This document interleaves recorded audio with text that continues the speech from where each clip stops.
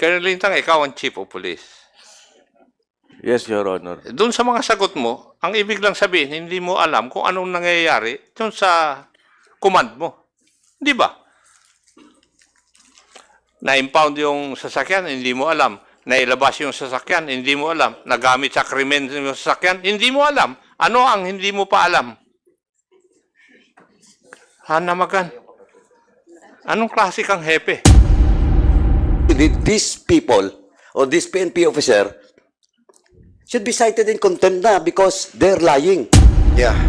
Team leader eh. Dapat ang sumagot. Yes, Your Honor.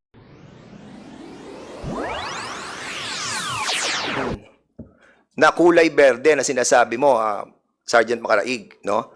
Pakita natin dito sa video kung anong oras siya pumunta doon sa bridge. Para makita natin kung talagang alas 7 ba kayo or 4:28 pa lamang ando na kayo. Then, sige, pakita natin. Ayan, makita nyo, 2024 ng 16:28. Stop. Stop. Balik nyo.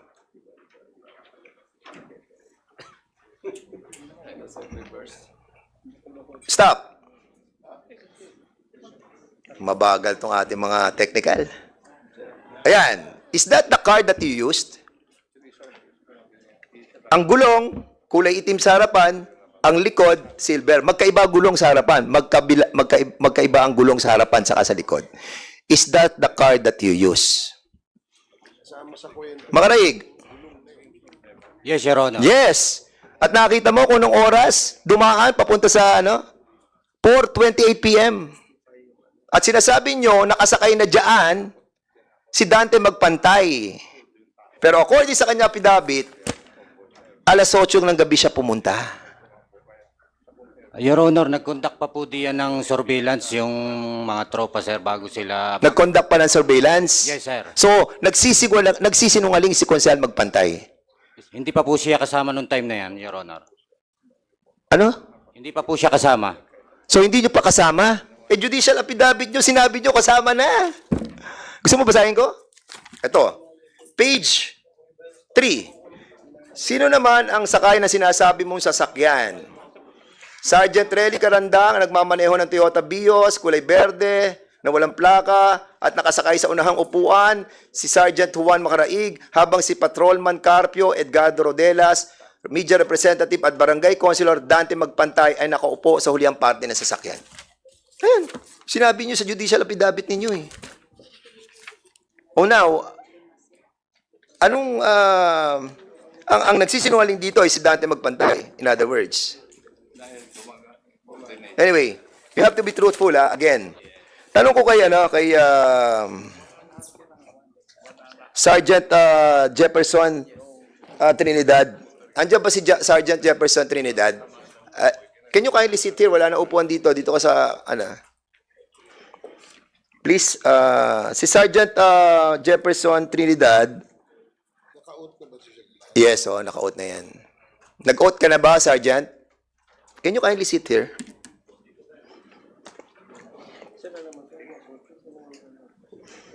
Yung magkaiba yung gulong, kasama sa drawing yan. Sa drawing yan, yung pared, yung gulong, ng laban, kasama yan sa kwento. Laging ganyan. Can you kindly, paki-open mo nga uli? Pakita natin yung susunod na car.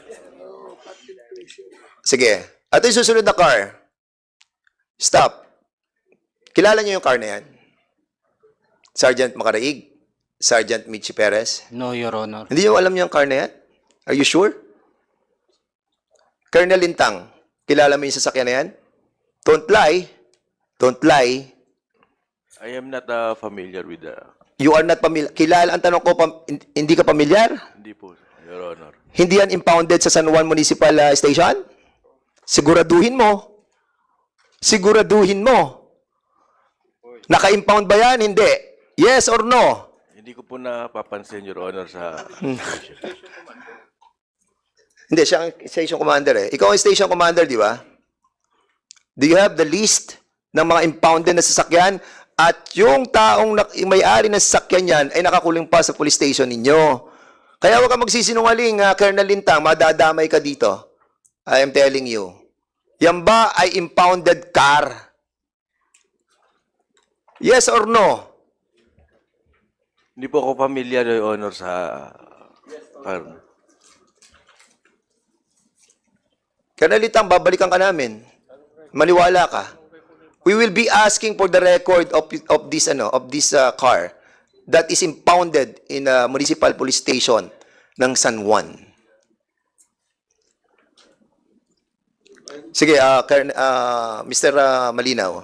Major, Colonel Malinaw, can you tell us about this car? Sir, good morning sa ating lahat po. Based on our continuing investigation conducted by my officer, it was established that the one Toyota Camry was impounded by the San Juan Municipal Police Station after it was apprehended for violation of reckless imprudence resulting to damage to property last April 14, 2022.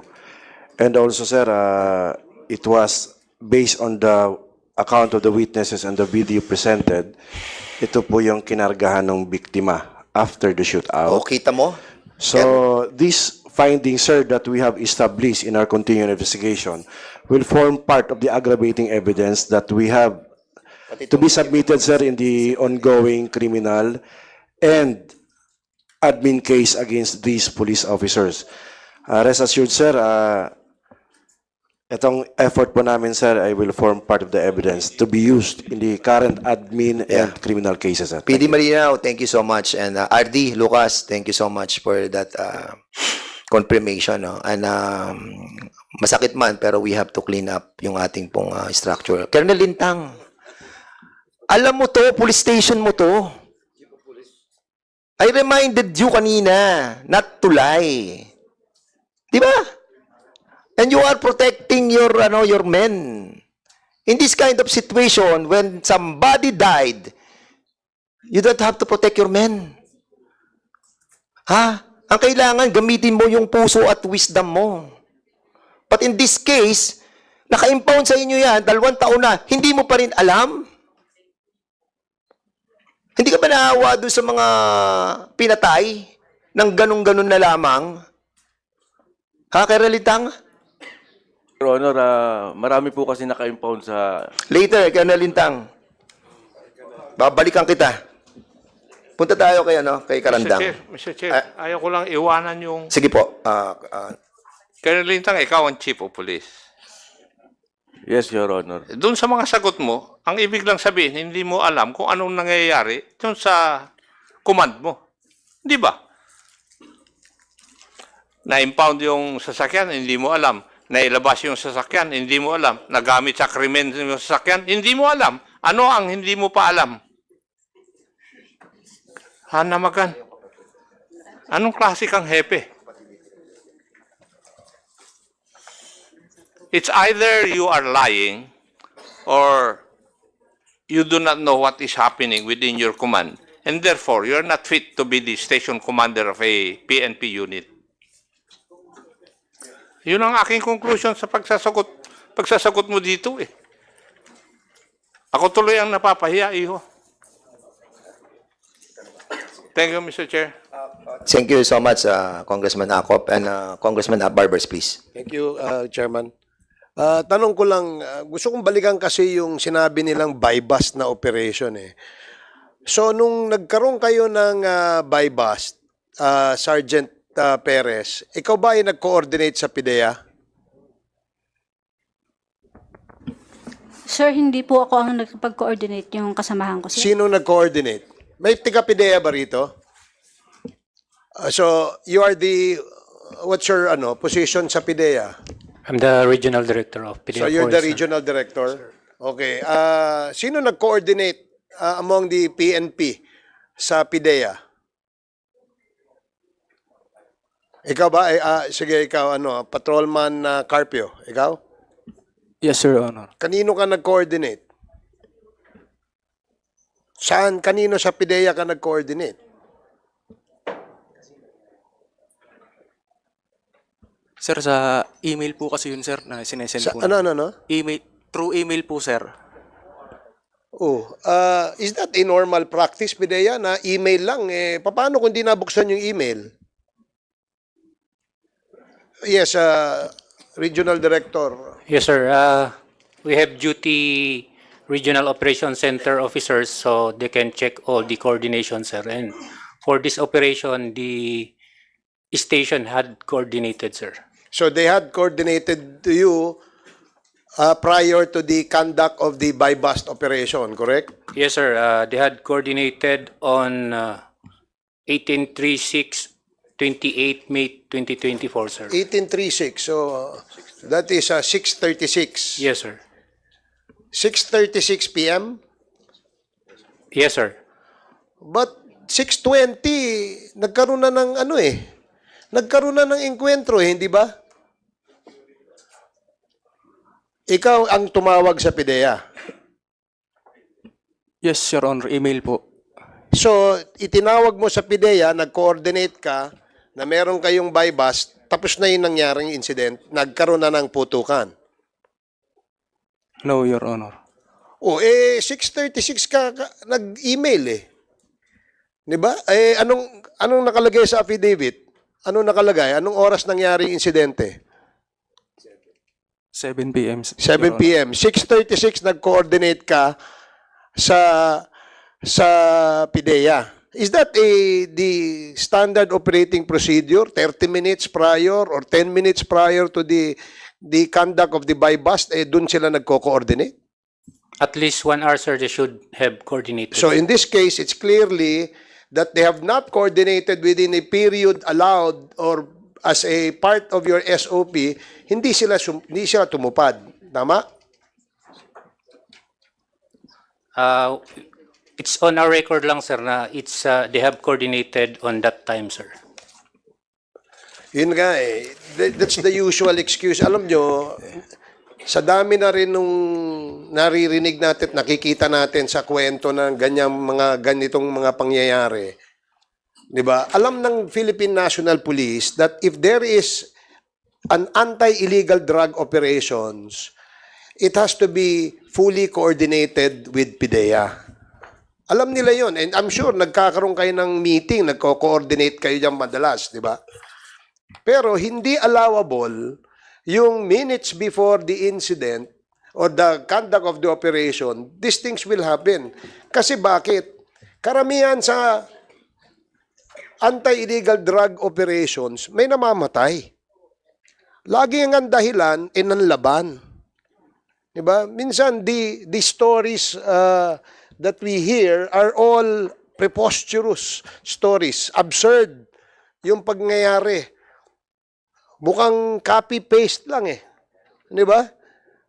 Yung nangyari sa ibang probinsya, yun din ang nangyayari sa May baril, nagpaputok, makikita mo lahat ng baril, 38, napaltik.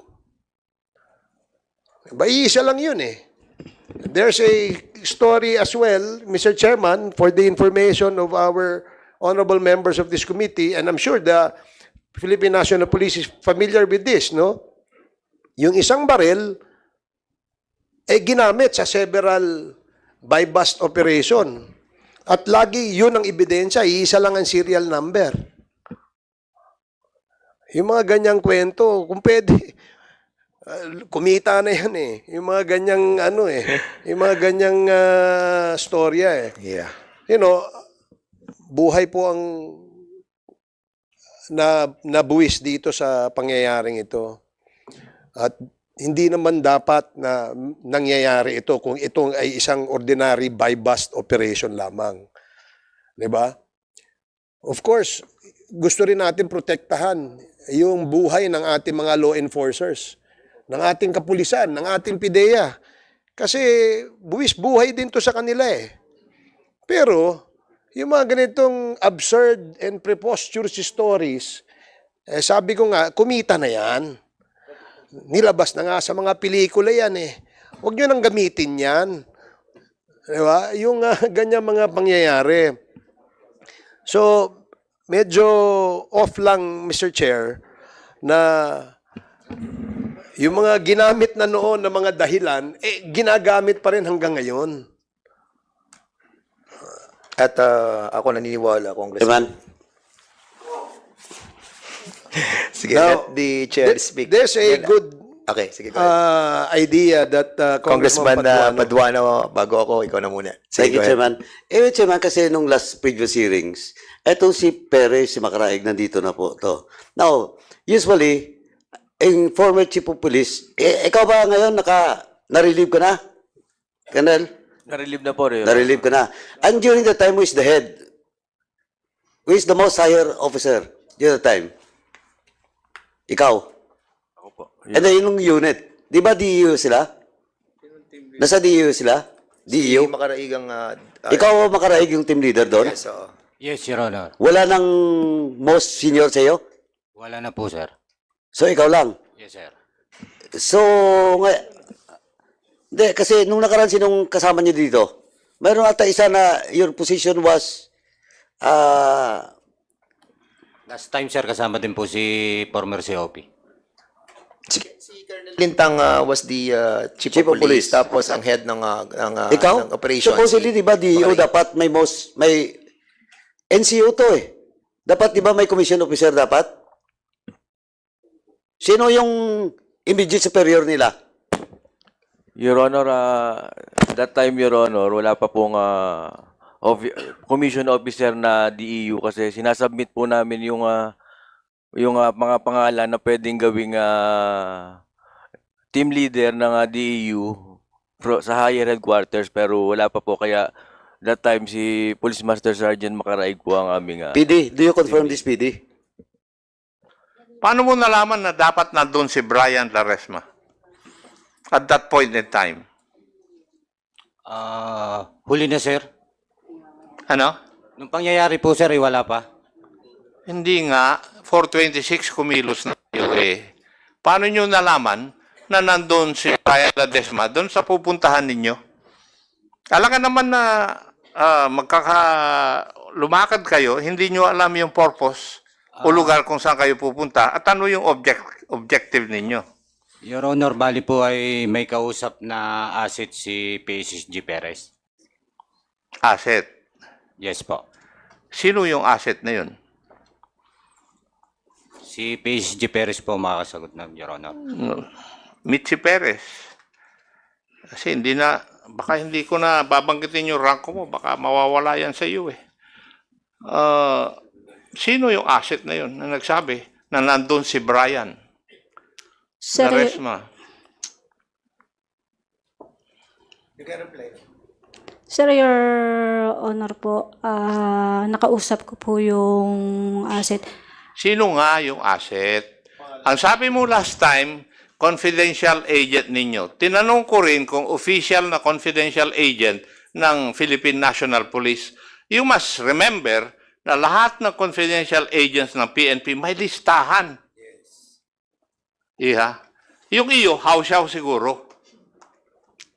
Sir, documented, sir, yung... Nasaan, in that also hearing, Mr. Chairman, I requested the PNP authorities to submit the official documents detailing therein whether the confidential agent used by Staff Sergeant Perez is an official confidential agent of the PNP. Na-comply nyo ba? PD. Sir, meron na po si Sergeant Perez, sir. We have instructed her before. They have in her possession the BIN, bioprofile form of the Barangay Info Network. And meron po itong control number at saka yung mukha ng sinasabi nilang informant used in this operation. Do you have a copy of this? Meron po, sir. Oh, could you please submit? Hindi ba? You were required to submit the Yes, sir. details to this committee. Have you submitted such? Not yet, sir. Not yet, Oh, sir. baka ma-cite ka rin in contempt dahil for not obeying the directive of this committee. We'll submit, sir. Thank you. Yeah, please. Kasi gusto kong makita talaga kung totoong confidential agent ng PNP, officially, or hawsyaw lang na agent. Maraming ganyan eh. Or imagine lang yung asset. Imagine lang nila na may asset. Sir, pakuha ko lang kay Sergeant Perez. Pinadala ko na sa kanya, sir. Thank you, sir. Yes, kasi kayo naman ang na-require sa last hearing na mag-submit sa akin. Hindi naman si Kwan eh. Ang pinasasubmit lang kay Sergeant Perez yung details.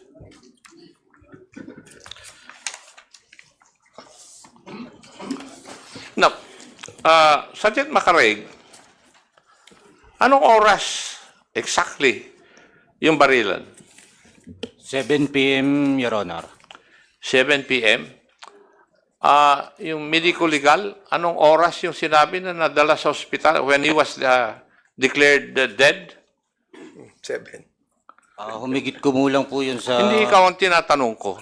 Yung medico legal, yun ang sabi mo, 7 yung barilan, di ba? Yes. Medico legal. When was Brian Laresma declared dead? Or what time was he brought doon sa hospital? Your Honor, I have no knowledge on that matter because I only examined the cadaver the following day, Your Honor. Sino nakakalam doon? It is a hospital staff, Your Honor, that... Sino? The hospital staff, Your Honor. That was... kung saan po dinali yung cadaver po, Your Honor. Hindi, yung pag-receive doon sa hospital. Colonel Fronda, ikaw ang investigador. You should know that. Medical certificate yan.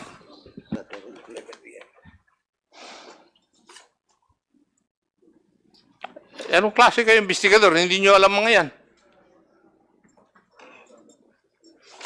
According to the San Juan District Hospital, the signed by certain Dr. Emerson C. Lim, the undersigned hereby certify that Brian Laresma, 33 years of age, male, status single, and presently residing in Barangay San Isidro, Candelaria, Quezon, was examined, treated in this hospital on May 28, 2024. Time of arrival, 7 p.m. How do you, Sergeant Macaraeg, how do you explain this? Your Honor, bali po, hindi ko po masasagot dahil ng iba po yung nagdala sa ospital. Ikaw ang team leader eh. Ikaw dapat ang sumagot. Yes, Your Honor. Di ba? O, sino ang nagdala sa ospital? PCP Patrolman Carpio po at saka sa Police Staff Sergeant Karandang, Your Honor. Saan yung sinakay? Saan yung sinakay? Ikaw ang team leader. You should know what is happening. Sa Kutsing Green, Your Honor. Alin? Sa Kutsipong Green. Sa Coaching Green. Talagang nagsisinungaling ka. Sigurado ka nun, ha? Iho? Carpio. Sa... Ikaw ang nagsakay? Yes, Your Honor. Yes. Saan naandun yung si Brian Laresma nung bago mo siya sinakay? Sa parte ng Quezon o parte ng Batangas? Sa Quezon, sir. Parte ng Quezon. And you are policemen from Batangas. Batangas, di ba? Yes, Your Honor. Oh, and that is precisely the reason why you were questioned. Bakit kayo nag-ooperate sa Quezon? Hindi naman kayo dapat mag-ooperate sa Quezon kasi taga Batangas po kayo. Tama? Yes, Your Honor. Hindi mo ba alam na mali yun?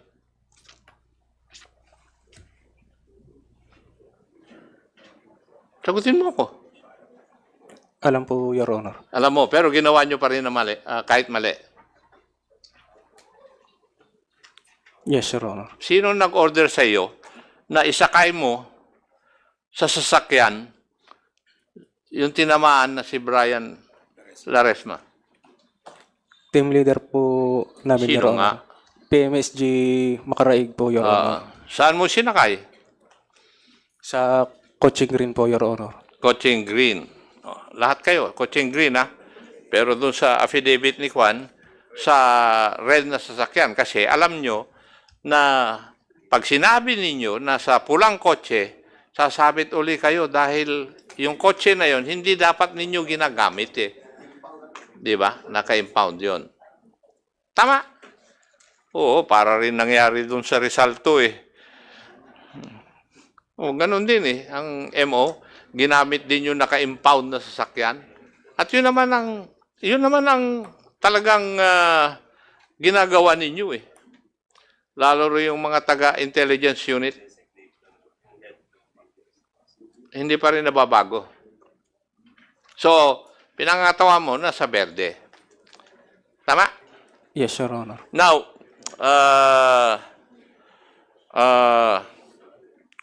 Sergeant Perez, yung pinalabas ni Chairman Caraps Paduano na report ng NBI forensic tinamaan sa likuran ng kanang paa si Brian. Would you agree to that?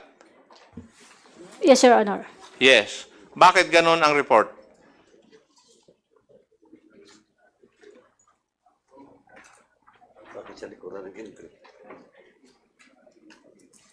Bakit ganun ang report?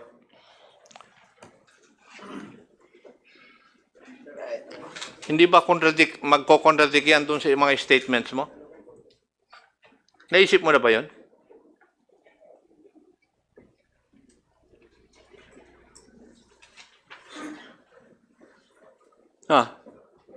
Now, which would we believe?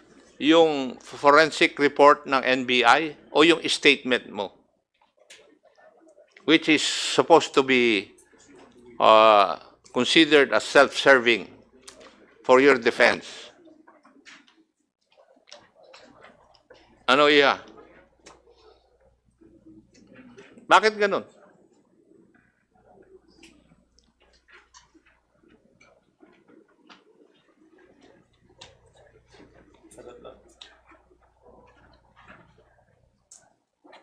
Wala. Mr. Chair, hindi makasagot yung resource person dun sa mga kwan eh. Oo nga eh. Anyway,